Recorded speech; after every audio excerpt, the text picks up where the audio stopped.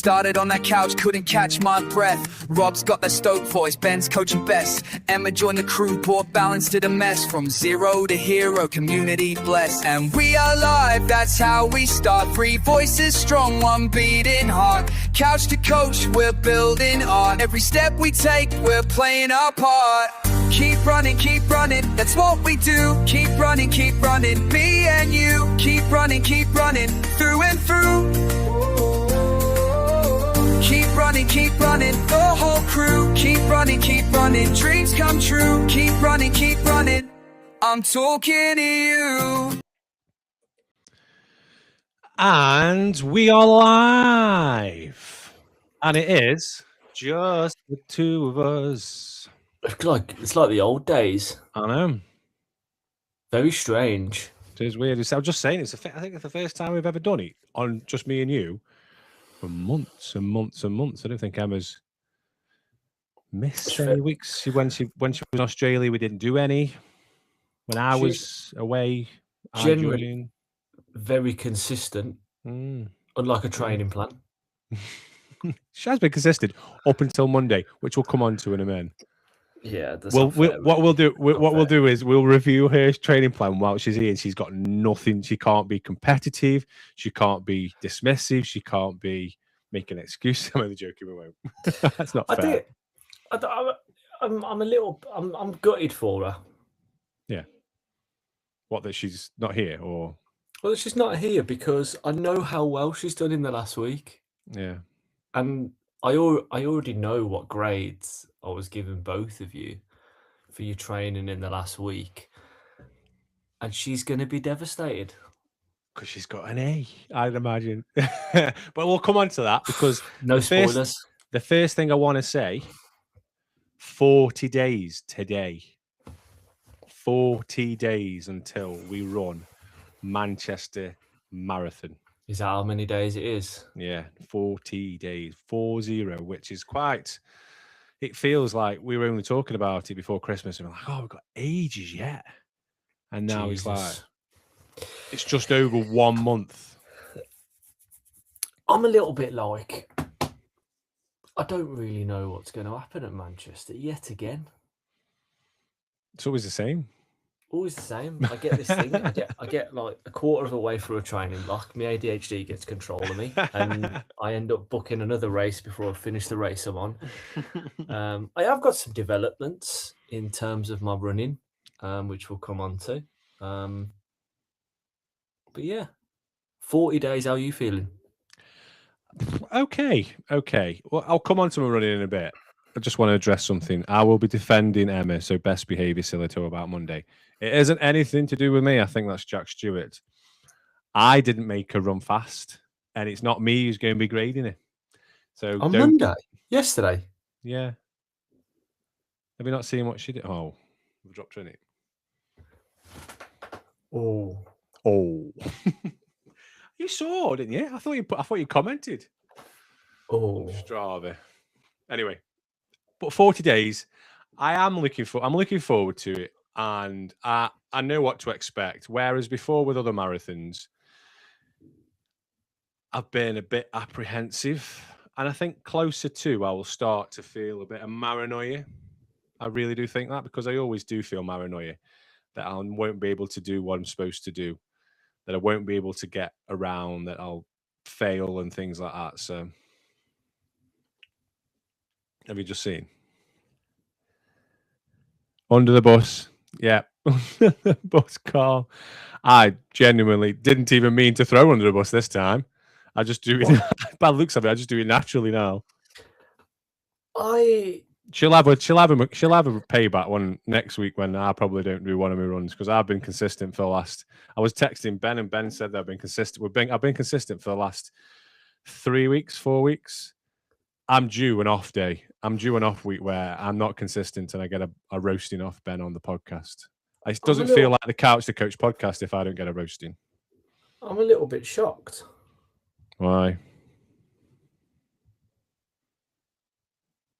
What are you shocked at? Well, no, I mean, no. So you I did text. give her. I did give her. She did ask on Monday morning if she was supposed to be running or resting after a very good long run. Yeah. So because I wanted to know as well, but Emma already beat me 2 weeks, and you said because I was always going to go out with couch to 5K with Stoke Fit, so I knew I was going to go out and go slow, and you said you could do 30 minutes slow. 30 minutes slow is the but maximum. slow in capital letters. So I presume that was probably slower than easy. It's slower. I mean, it's easy being the maximum. She's gone kind of tempo, really, isn't she? Yeah. Is that why she's not here? Probably. She's not feeling 100% because of that. She was so happy with her week. But we'll take that. Are we taking that into consideration? I don't know, because we wouldn't normally talk about it on the podcast because we're doing it on Tuesday now. It's next week, isn't it? So basically, what you've got is Emma is not here tonight, and we're going to review last week's running. Yeah. But tune into next week because Emma's getting a bollocking. I am busy, and I'm going to get a bollocking as well next week. I must admit, because this week I don't know what's going to happen with my training because Arthur's not very well. So I was supposed to be going out for a swim today. After work. Can you just get in the bath and blow bubbles? I could do. So Jack keeps sending me videos of a guy that's like training for a triathlon in a bath and splashing around and things like that. So I could do. But I was supposed to be going out for a swim. I was going to have a rest day, as in no running anyway, but I was going to go out for a swim. But I got a phone call. Well, Laura got a phone call at dinner time to say Arthur's been throwing up at school. So I had to go pick him up. And he's just spent the whole day on the sofa. I've been working at home. And so I didn't get a chance to go for a swim. But... Roll back the years and put yourself in isolation, mate. That's what I'd do. Wow. I'm hopeful. He's been okay since he's been at home. He hasn't been sick since he's been at home. So I'm hoping it was just something wasn't sitting right in his stomach after dinner time, and he's just got that out of his system, and now he feels okay now. He's eating something now. He's eating tomato soup. Well, he's at tomato soup for his tea. So he seems okay. You always have to have tomato soup when you're poorly, I think. What's your poorly food? I think we talked about this before, but I don't like tomato soup. Don't you? I love soup in general. Do you know? I find things like that quite not very. Do you know when we had the breakfast bap after Isabel Trail Park run? Yeah, I got slated for brown sauce. Yeah, you guys all want red sauce. Too sweet. Yeah. I'm not a fan of tomato sauce and tomato ketchup and tomato soup. Anything with tomato based, I love. Like bolognese. I love bolognese, like spaghetti bolognese or meatball bolognese. That's different because it's got something to it, the beef and the pasta. I just find tomato soup and tomato sauce a bit nah. Sam says Marmite on toast. Is that your sick food? So I think we spoke about this, me and Emma, when you were in here about Ben. We were talking about when I was unwell, my nan used to lie me on the sofa, put a chair in front of me and give me Lucozade to boost my energy. Lie you on the sofa and put a chair? Why did you put the chair in front of you? No idea. I was talking about it at my uncle's funeral on Wednesday. Here you go, duck. I'm going to put a chair in front of you. So if you roll out, you're going to bang your head. So I don't really know. I'm not entirely sure. I can understand like being caring nan putting the Lucozade. What's the chair about? No idea. This is not here to answer, so I'm not sure. I'll never know. I'll never know now. Bless. Well, there's a question. Yeah. Anybody else? Other nans do that? Let me know. You can ask them if there's a reason behind it. But anyway, I will steer the ship because normally we're on to running by now, and Emma's not here, so we're talking absolute rubbish about. Did you say I will steer this shit? Ship. T-shirt. T-shirt. Ship with a P. So. How's your run? We'll talk about your running first. How's your running going, Mr. Russell? Yeah, not too bad. So after I had that little bit of I had a good week, then I had that bit of illness, and then kind of took me a bit of time to come back, but it's been all right. Kind of got to a point where I feel comfortable again running, which is always good because, you don't want to feel uncomfortable, do you? But it was... kind of going out doing kind of decent effort. So I think last Monday, I did a track session down at the club. It was like 700 meters, 700-meter reps. They were quite on the grass around the tracks and actually on the track. So no lunges, no deadlifts, no squats. No, Not writing your legs off this week. No, so I learnt my lesson. I couldn't walk for about 3 days, to be fair. I did it because I did that stupid thing. I signed up for Deadly Dozen and I went and did some deadlifts, some squats in the gym. Then went onto the track, did 375 meters lap of the track lunging, and which is ridiculous. That is what they do for the Deadly Mile, isn't it? Well, they do a lap of lunges, a lap of burpees, Yeah. a lap of squat, a lap of bear crawl, I think. Yeah, bear crawl, burpees, board jumps, and squat lunges. Yeah. So I kind of realised that signing up for Deadly Dozen, I need to kind of get used to compromise running again. This idea that you fatigue the legs with a strength exercise and then you do some running, because that's what Deadly Dozen obviously is, and like these High Rocks events are. It's kind of, you know, doing a station and then running compromised, but you know, not taking into account the fact that I've got like 20 weeks until I actually do it. I don't know why I went out and did that to myself. I know. ADHD. Yeah. And then I couldn't walk for a few days, but after that I did a good long run, and then I went to the track on Monday, did this 700-meter repeat session, which went really well, and then had a rest day. Legs came back around about the Wednesday, so I just did like 50 seconds on, 50 seconds off, which for me, when I was coaching, and you'll have had sessions like this put into your plan. Well, I had 30 seconds on, 30 seconds off during the long run last week. Yeah, you can use it for different things, to put fatigue into the legs, but also to get a speed session in when you've got like a race coming up. And I put that into the midweek because I knew that I wanted to have a good go at a 5K, and we did Isabel Trail part run on Saturday, the B course, because the main course was waterlogged, flooded. Yeah, flooded. It's on like a I've never actually been, so I don't know what I'm talking about, but I presume it's very similar to the Whammy. People that are listening, if I'm wrong, correct me. I'm absolutely up for people correcting me, but I presume it's like the Whammy, and it just has puddles of water, so it's quite difficult. If there's any water on it, it's quite difficult to keep it on. And just to let you know, Little Orange Trucker Runs, Ben Freeman, changed his name.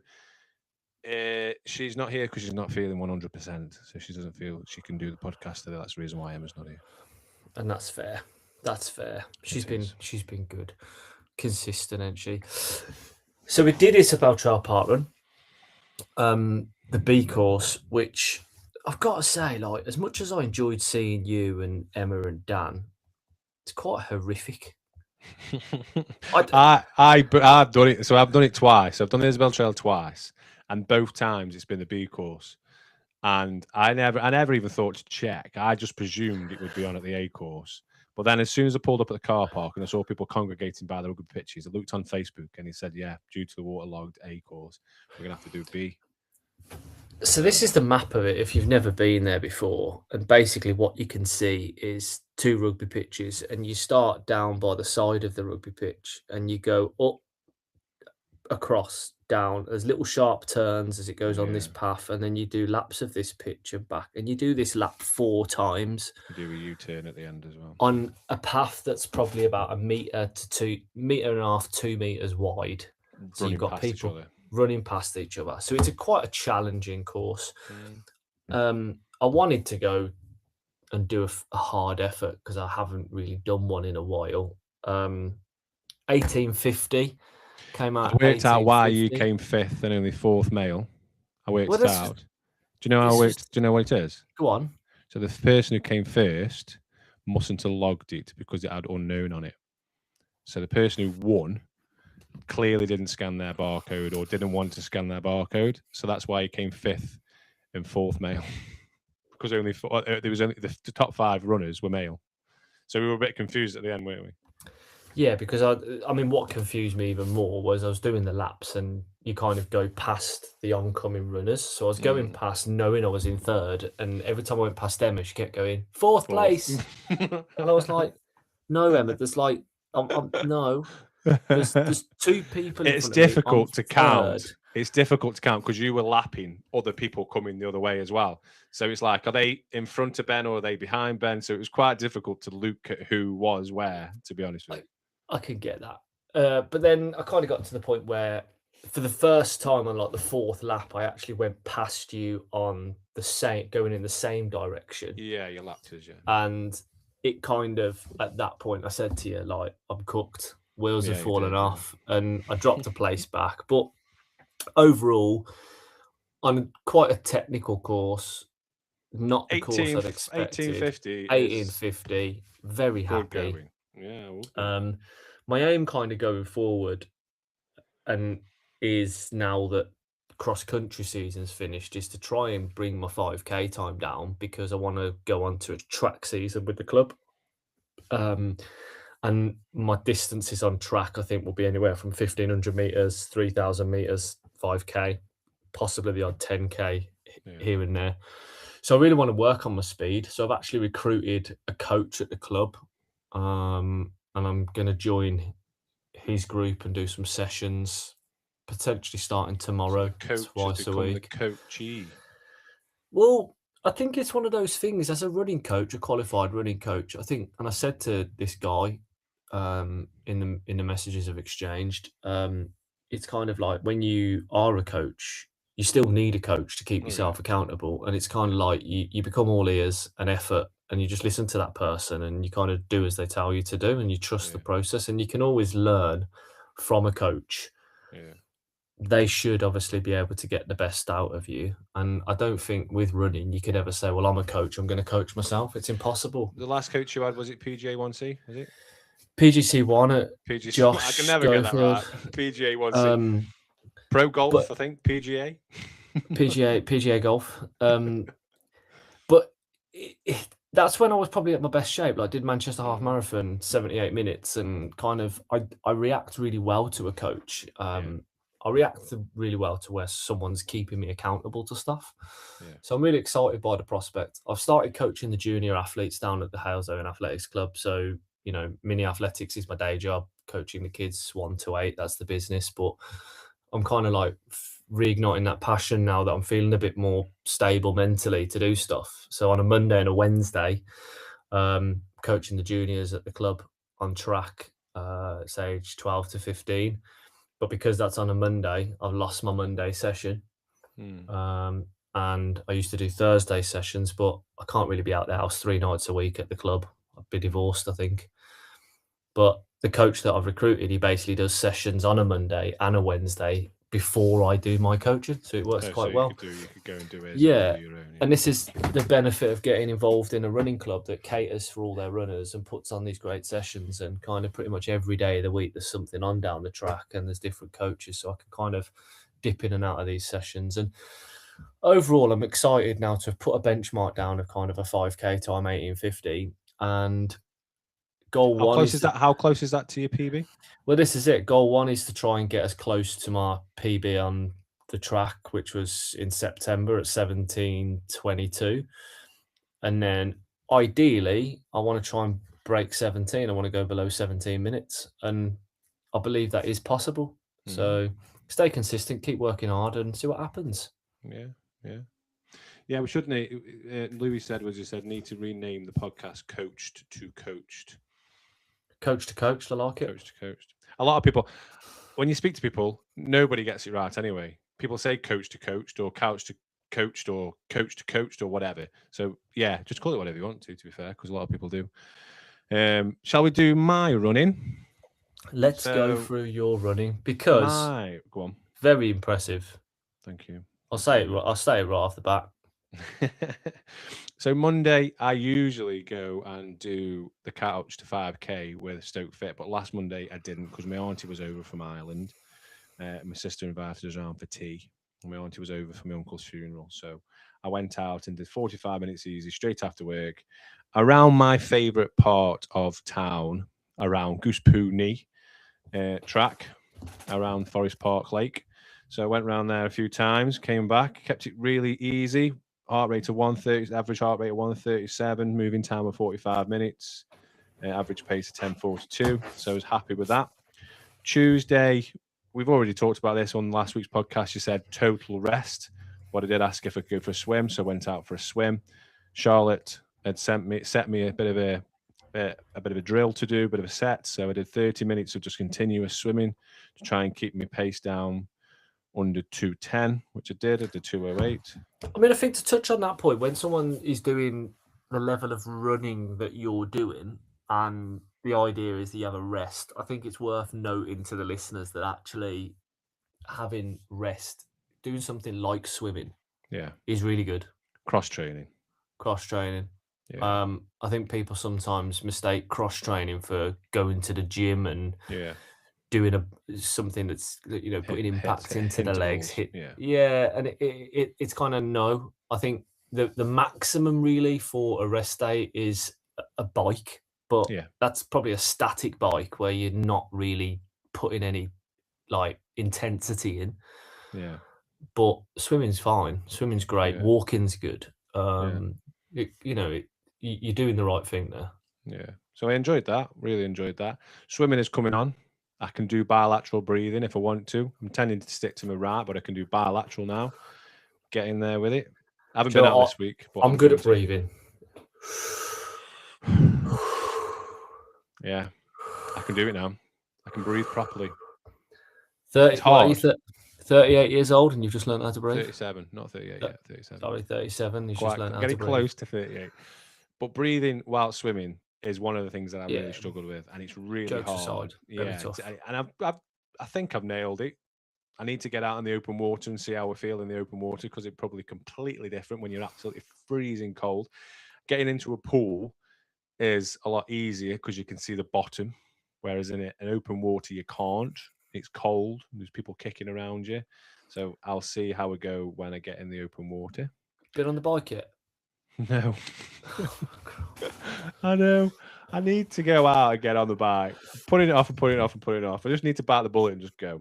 But you're not my coach for biking. You're my coach for running, so you can't criticize me for that.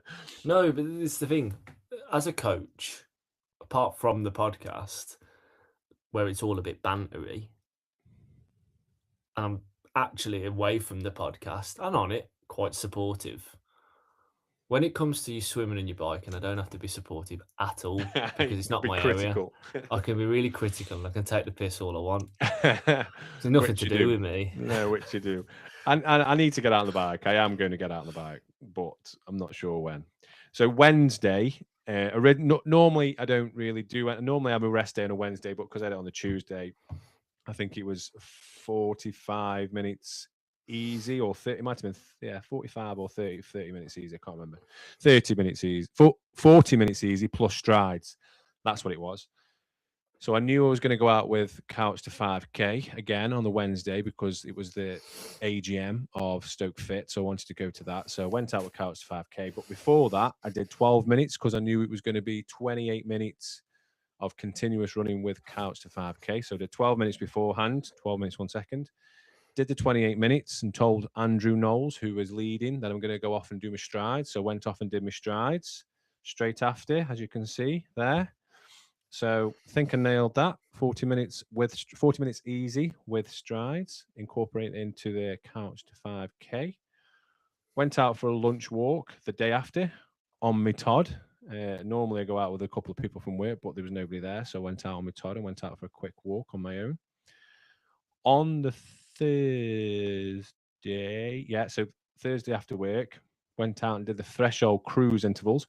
Saw a heron at the Forest Park, which was really nice to see. You see loads of geese, loads of goose, loads of geese and loads of ducks, but you don't see any herons. But I saw a heron. I was just as I finished as well, so I was able to take photos. But I think I nailed that pretty good. I don't know if you agree. I mean, generally speaking, I think there's a lot of positives, and I was just about to say one of your positives we're doing strides consistently. I just want to Yeah. touch on that. 12 months ago, 6 to 12 months ago, getting you to do strides was you had more chance of platting snot. I think it was I know. ridiculous. I know. Like you actually are doing your strides consistently. I'm actually listening for a change. Yeah, listening. and your knowledge is developing. Mm. You understand. I think the I biggest think thing the pacing has developed as your well. pace is developed. You Not blowing my own understand your trumpet here. body. You Yeah. do understand your own body. You understand what certain paces feel like. Yeah. The biggest thing as a coach when you're coaching an athlete is to get them to understand what each run is actually doing Yeah. to their body Yeah. Yeah. or psychologically what each run is doing. Yeah. And I think it's the biggest challenge. Like, why are you doing an easy run or you want your aerobic Every endurance base. Yeah. to improve? So Yeah. as soon as you can get someone to understand that, they're not bothered about going off and tanking every easy run. We've only been doing this 3.5 years, and I'm starting to get it. It's been a long process. It's been a long process, and The I'm not there strides- fully yet. Definitely not. The strides are there to encourage good running economy and leg turnover without So I putting was- that intensity in. I was talking about strides with a couple of the guys that I did Couch 5K. So I tend to be at the front when I do Couch 5K. There's a guy called Steve he's been a runner before. He does a lot of biking. And he's getting back into running, so he's always at the front. He's faster than the rest of the Couch 5K. So I tend to stick with him. And I was talking to him. I built quite a good friendship with him actually, and I was talking. He was asking what are strides. So I was telling him what strides are. They're not full out sprinting, but you build up to a full out sprint and then you stop while you slow down gradually, and then you do 20 seconds fast, 40 seconds slow, and it's about economy and getting your strides correct. So I was actually educating as well, which is quite cool. Passing on the knowledge. This is the good thing, right? Yeah. But I mean, to go back to your question on the intervals, how did you do? I think what's good about your sessions these days, and you can see it, if you look at Rob's Strava for the sessions that we're setting him, particularly the one that he's talking about, the cruise intervals, you can see a very, very clear, slower first rep. Yeah. Now, most people would go, well, he's not hit the pace. But that's not the aim. The aim is to make sure that for those intervals, those 4 intervals, that there's consistency there. Yeah. In a race, you don't go out and tank your first mile because you're going to blow up and you're not going to make the rest of the miles in the race or kilometers, whatever you work. You're not going to make them. You're going to struggle. But what we see with you in your sessions now is we see quite a conservative first rep, and that's absolutely fine. We're still working hard, but you're learning and you're understanding what your body is. And then what we can actually see for the remaining 3 reps, we can see pacing that is basically within a couple of seconds of each. We've got really good, consistent intervals for the 3 of the 4, and the 230 of the recovery runs. They're all pretty similar. So 10:21, 10:21, 10:23. And this is it. You can see the consistency across the board. So we've got first interval, a little bit conservative. We've got a rest period, a rest interval at 10:21. We then go out and it's kind of like, okay, well, I've done that one. I know I can go a little bit harder, but you haven't gone really hard because you've maintained that interval pace for intervals 2, 3, and 4. But then if you look at your rest, what you can always tell by somebody that's struggling is the paces on the intervals will be all over the place and the rest will be even lower to the point of standing. Like, oh, gone too hard, and they're hunched over and they can't physically move on a recovery. And I think at first when you set me them intervals, I was probably doing that when we first started them. This is the thing. When you're setting intervals, you've got to fine-tune each little bit. It's not necessarily about the paces of the actual interval itself. You play around really with the rest, which is why we'll see jogged recoveries. We'll see the times, like we had 5 minutes work to 2.5 minutes recovery. We could do it so we have 5 minutes interval, but we only give you like 30 seconds recovery, and we kind of then start putting together this really hard session. But it's playing around with it and looking at what you actually do in each session. So you've actually started to, one, learn pacing, two, understand exactly what you should be doing in each session and what kind of energy system you're working. You've learned really good discipline. Obviously, you've got resilience in those sessions because you're working through the harder sessions. We've put your strides in as well, which is helping you with your running economy. And we've already talked about like last week, the pace you've got over shorter distances, and that's going to be because of the improved running economy that you're getting from the strides. Yeah. And if these paces feel comfortable, when we actually put that into marathon pace, which we're going to talk about in a minute, marathon pace is going to feel more comfortable. Yeah. And that's kind of what we're seeing. And a bonus, again, I saw a heron. You didn't see that very often. Forget everything I've just said. He saw a heron. Oh, by the way, I didn't mention it. So I went to the AGM. We have now got a new chairman at Stoke Fit. So congratulations to Dave Wallace. He is the new chairman. He's been elected. We've got Ange Morton as the new vice chairperson. So well done to Ange Morton. Can you write a poem about it? Yeah, I was going to ask actually. Ange, if you're listening, write us a poem about being vice. About anything. Yeah. So that was Thursday. So I was happy with that. Friday was 60 steady. So I thought to myself, I could go on my usual route around, which is about a 5K route, but I thought, no, I'm going to go back down to Forest Park Lake. So for the third time that week, the fishermen down there must think I'm absolutely mad because I've done, in the last 90 days, I'm the local legend of Lap of the Lake with 52 laps of the lake. So I did 60 steady, so a little bit faster than the easy pace. Do you look forward to going down there and running around? I do. I love it. Because you see so much. You see like all the geese flying. You see all the geese landing in the water. You see the ducks. It's always busy. There's always people there. So the reason I ask is like I often run the same routes when I'm not on the track.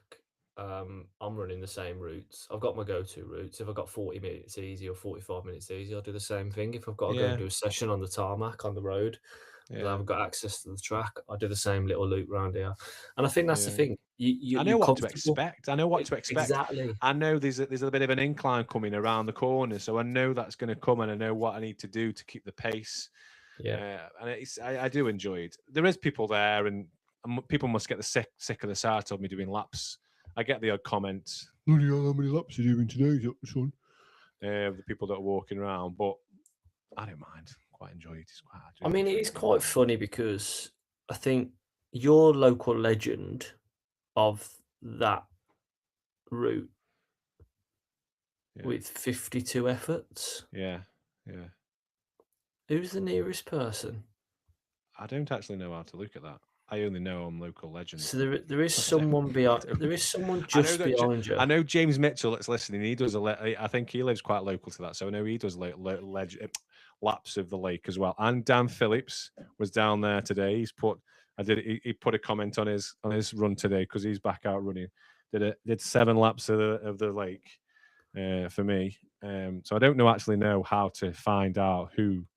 The nearest person to you has got 48 efforts. Oh, so they're close then. But I don't know who it is. No. All right. Okay. So you're comfortable. You keep Lapo Laking. I will be down there again, hopefully this week at some point. I haven't been down this week, but I will be. So that was Friday. So we did 60 steady, average pace of 9:49, 6.21 miles. Got myself a local legend, which I was happy with when I got back. As we've already discussed, Saturday we did the Isabel Trail.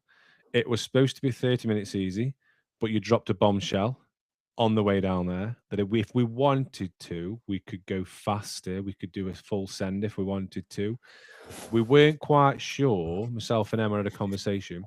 We weren't quite sure if this was a trick. So that you wanted us to do 30 minutes easy, and you wanted us to turn around and say, actually, no, we're not going to do a full send. We're going to go and take it easy, or you genuinely meant it.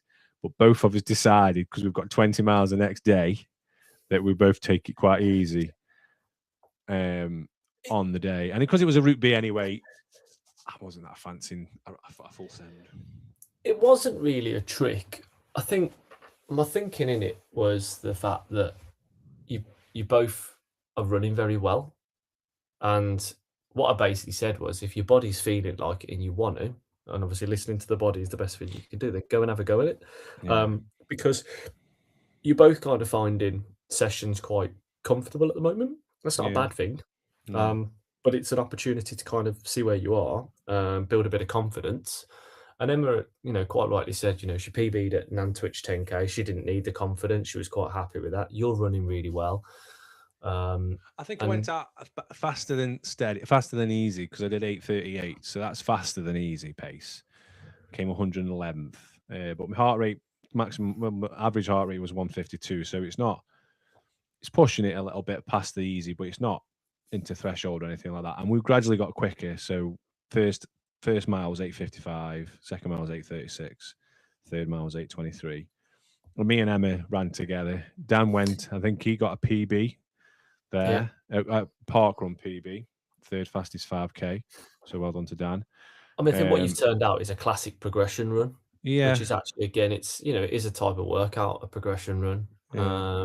Getting quicker gradually as you go through the race, whether that be through the miles or the kilometers. And I think it's a good solid effort, really. And it kind of served the purpose of what we wanted, really. Over the course of the week, we've done your cruise interval session, we've done your 60 steady, we've got that part running, putting that fatigue in the legs ready for the long run, which was to come the following day.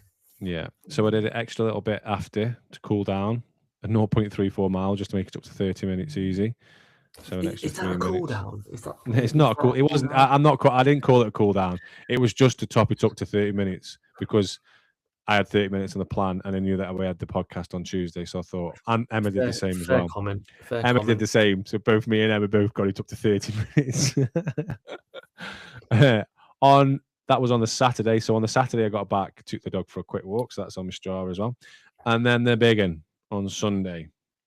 So Sunday morning, I think Emma went out quite early because she needed to do something on the sun. I can't remember what she was going to do. I was going to go out with her, but Arthur had a football match at 9 o'clock. So I knew I wouldn't be able to get a 3 and a bit hour run in. So I thought, well, I'll do it after. So I went to watch football, watched Arthur play. He drew his first game, won his second game 3-0, played really, really well. So I was happy I could see that. But the whole way through, I was like, I've got to do that 20 mile. I've got to do that 20 mile. I've got to do that 20 mile. So on a Sunday, when these long runs are coming in, I coach Rob and Emma through an app called Clipboard, which basically puts the workout straight into Garmin for them.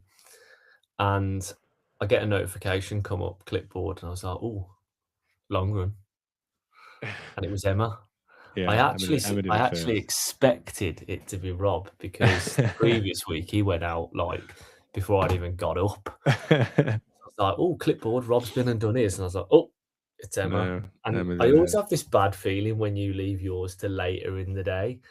I was like, oh no, what's he doing? And then there was that radio silence, and I was like, is he gonna do it? I was in the cinema with the girls, took them to the cinema because I did a long run on Sunday. Yeah. And I was like, I'm gonna go to the cinema. I was like, I've done my run.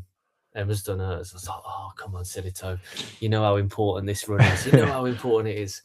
So I got home about 11:15, and I must admit, I was saying to Laura the whole time, because Laura came football, I'm like, as soon as I get in, I need to go. And we went to the tip after to get rid of a drawer. We bought a drawer from IKEA last Sunday, so I put it together and we got rid of the old one. So I was kind of like putting it off a little bit, and I thought to myself, no, I just need to go out and just do it, because if I don't, I won't do it. So I got myself dressed, got myself out there, and did the 20 miles. Started off with 5 miles easy warm up, went down to the canal, because that's my usual route for any long run. I did all my long runs down there for London. I think I did it for Manchester as well. So I know where I'm going and how far I can go, and I go 10 miles out and come back 10 miles. So I did 5 miles easy for warm up, and then it was split into 2 segments of 5-mile marathon pace, followed by 2 miles easy, and then a 1 mile cool down. Bumped into Dawn Jones as well, so that was nice to see on my way back. At what point did you bump into her? Literally just as I turned around. just as I was turning around to come back on myself, I'd just finished the last. I'd just done the 5 mile easy, 5 mile marathon pace, and I was just going on to the 2 mile easy when I saw her. How long did you stop for? Well, if you look at my elapsed time, I actually stopped for about 13 minutes, but that doesn't take into account. I didn't speak to Dawn for 13 minutes. I went to the toilet as well. I got caught short again, so I went to the toilet at the same place as I went to last week. But my marathon pace wasn't disturbed. I didn't stop during my marathon pace. No, it's fair. It's fair. It's fair. Don't worry. And I can't criticise you for that. I was hitting the marathon pace, and it's boosted my confidence with regards to getting sub 4:15. I know what you're going to say. You've got sub 4 hours, but sub 4:15 average pace is 9:43. So for the whole of that 20 miles, my average pace, taking into consideration the easier paces and the marathon pace, was 9:38. Elevation gain of 121, which was all down the canal. An average heart rate of 150. So it's really boosting the confidence with 4:15. And I know we've had this conversation before, and I know what you're going to say, and I know I'm going to get loads of comments, and I've had loads of people saying believe. But genuinely, I do not think, I don't know until the day, and like we say, we've got 40 days until that day. I genuinely do not think I could keep up 9:09 or less for 26 miles. You're looking at it the wrong way. Genuinely. Go on. Do you know how I know you're looking at it the wrong way? Because you said something after the run. You've done an absolutely incredible long run, right? Bloody hard work. But look at some of the facts. When you go to your marathon in April, you're not going to have the fatigue in your legs that you had in your legs when it comes to the marathon. Because you absolutely, if you stick to the plan, won't have done a progression run at Parkrun the day before.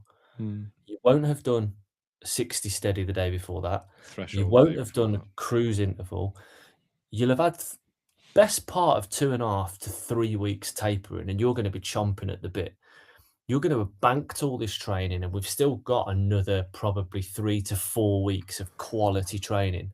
Another really good long run coming up this weekend.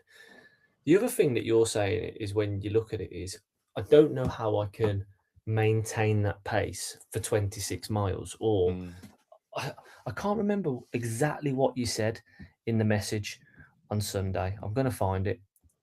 Where is it? Whilst you're doing that, my predictions improved on Strava. I know you have to take these with a pinch of salt, but I'm now on. When I first started marathon training, I think we looked at it. I was on like 4:55, 5 hours. It's now down to 4:25. And now, actually, looking at it now today, it's gone down even more. It's 4:18. Yeah, and it will keep going down as you build the training and you keep recovering and your body adapts. It will. So what you actually said on Sunday was it felt okay, hard towards the end. I think my head was telling me it's done after the second lot of marathon pace, but then remembering I had to do another 3 miles. The marathon pace blocks were actually good, but I've got to find another 16 miles of that pace. You can look at it that you've got to find another 16 miles of that pace, but take into account what we've just said about all the fatigue not being there. But also you did 20 miles in 3 hours and 13 minutes. Yeah. Right? Well, 3 hours 26 if you include the toilet break and talking to Dawn Jones. Yeah. But take into account that your PB for 10K, which is what's left after your 20 miles, is basically the time that you've got left. Yeah.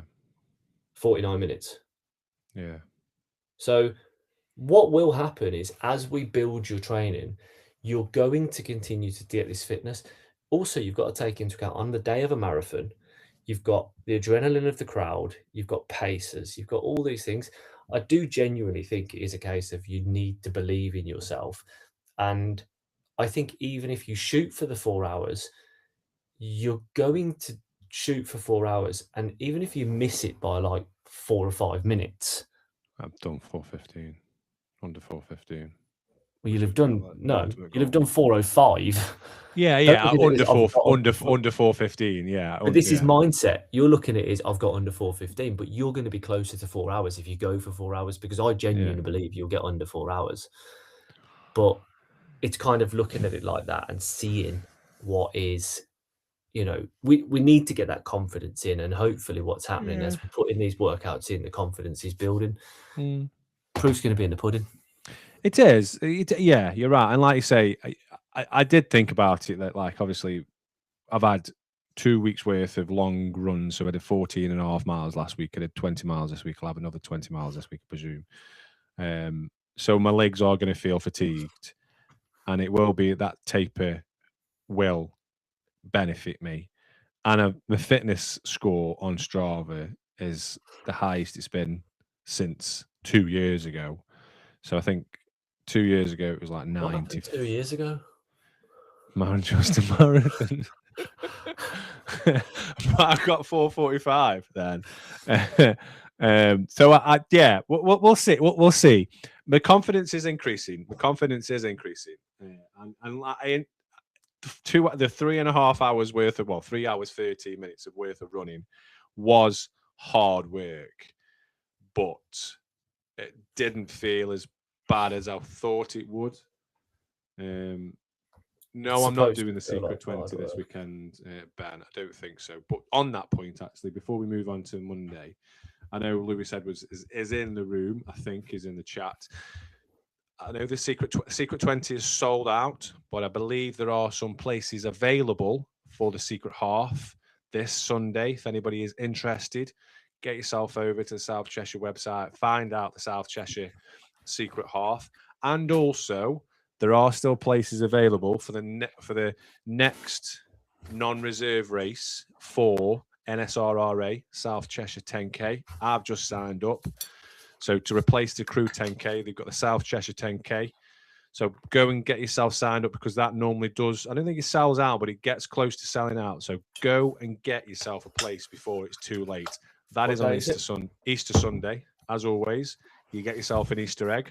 Yeah, but what date's Easter Sunday? Always a winner. I think it's the 5th of April, I want to say. Let me just check my diary. I'll just put it in my diary, actually, and I'm doing it. Yeah, 5th of April. I'm going to see a Robbie Williams tribute the night before with my sister on the 4th. If anybody's interested, he's at the Regent, and then the day after it is Easter Sunday in the South Cheshire 10K. So get yourself 5th of April. Could have a look at that. But are you coming down? Are you?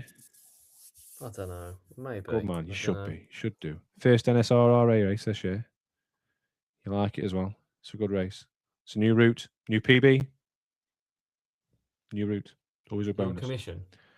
No, I did say to Lewis that I would tell about people about it.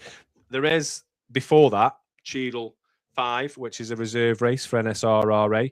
So if anybody does want to sign up for that, that is Cheadle Spring Race on the 29th of March. So that reserve race number 1. So get yourself signed up for that as well. Don't think that's one of the ones I haven't done. I'm not sure if I can do that. I'll have to have a look. But yeah, back to my running. And then on Easter eggs and a custom medal. So you get not only an Easter egg, you get a custom medal as well. Lewis has just commented. So, and Michelle Bruth is doing the South Cheshire 10K. If anything else, you just get to meet Michelle Bruth. Get yourself there. And then on the Monday, after the long run on the Sunday, we had a conversation and you said, if anything, go out and do a 30 minutes steady, 30 minutes slow. So I took the chance and went out and with the Couch 5K crew. It's their final week. So they run their graduation part run on Saturday, and they are all absolutely smashing it. Absolutely smashing it. Steve Heppel, who I run with at the front, one of the nicest men you'll ever meet. Very, very grateful for the work that Andrew Knowles, Ange Morton, and the other volunteers, myself included, have put in the work. So very, very grateful for that. And he kept mentioning it on Monday. So it's been lovely. It has reignited my love for running seeing other people. And when you talk about it, when you see other people progressing, it does make you feel good, doesn't it? Because 9 weeks ago, Steve was saying, I could run, but I'd burn myself out quite quickly. Now I know I can pace myself and get to a point of where I can run a full 5K. So I will be pacing him on Saturday, hopefully, because he did one. Andrew Knoll surprised him last Saturday with a 5K, so they know they can do the 5K. And Steve went out on his own and did it in 34 minutes. So I'm going to pace him and try and get him a sub 34K at his first ever park run. So, but yeah. And then today, as you know, we're supposed to go swimming, but unfortunately, due to Arthur being sick, I didn't get a chance. So I think a pretty good week. Again, I am blowing my own trumpet this time. I think for the last 3 weeks, at least, maybe more, I've been consistent. I've paced myself. I've done very, very, very, very well. Yeah. I think you've done exceptional.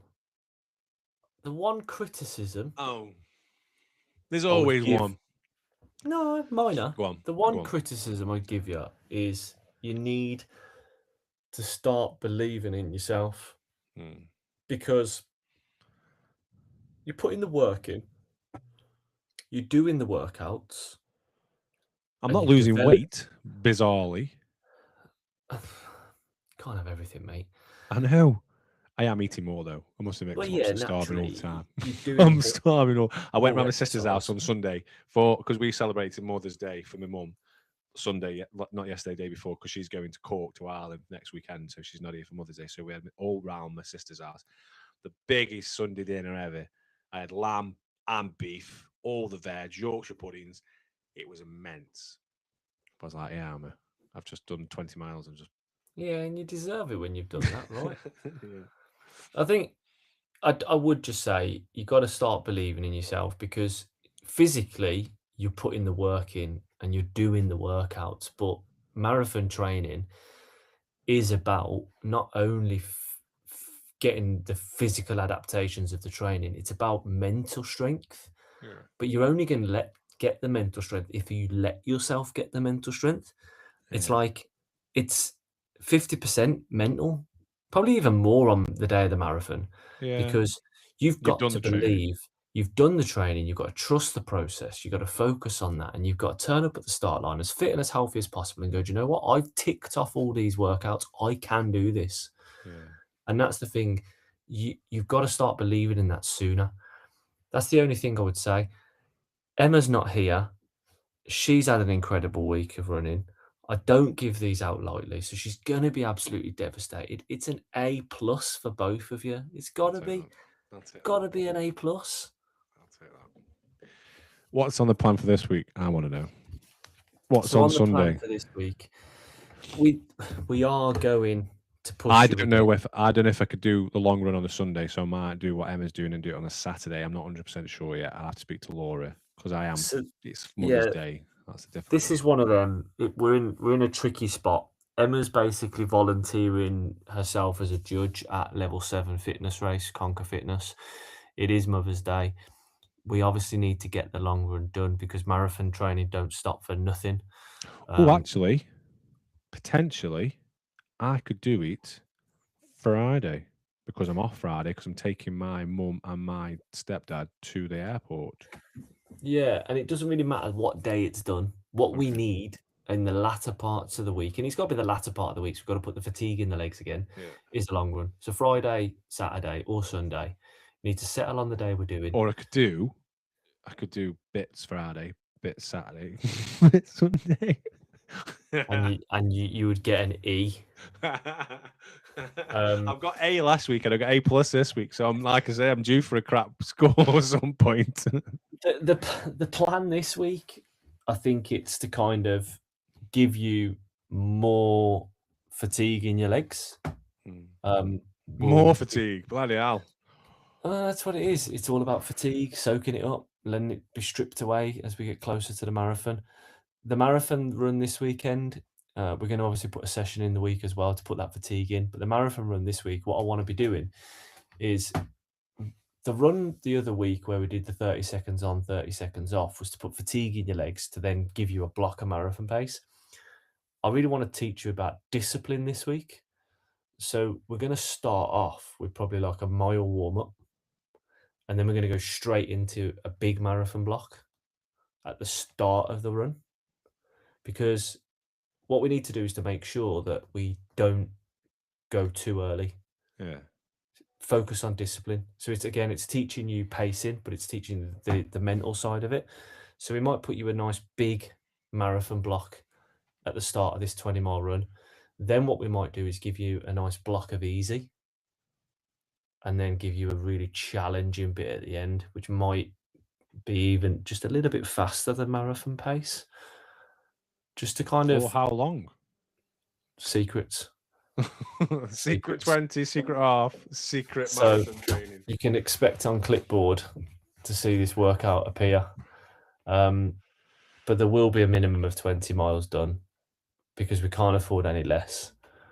You're very, very close to getting a nice easy break. I need to decide whether we do one more or two more, but we'll see. And on that note... Yeah, on that note, tune in next week. Hopefully Emma is back with us next week and we can talk about her training for this week coming. And also we could talk about level 7 as well, because like you say, she's judging at level 7. So that'll be interesting to catch up about that. So join us same time next week. We'll be back on Tuesday. This is our new home now. The episode will be still going out on a Friday. I'm not going to confuse you people because I'll confuse myself again. But on that note, we will see you all later. Ta-ta. Ta-ta.